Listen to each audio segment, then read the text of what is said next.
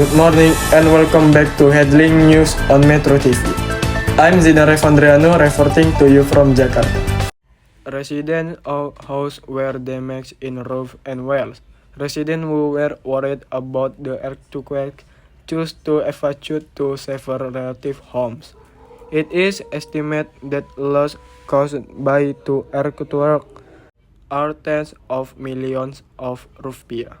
Headline news today. And for more information, please kindly visit our website on www.metrotv.com. And I'm m.zidan.revandriano. Thank you so much for watching and have a great day.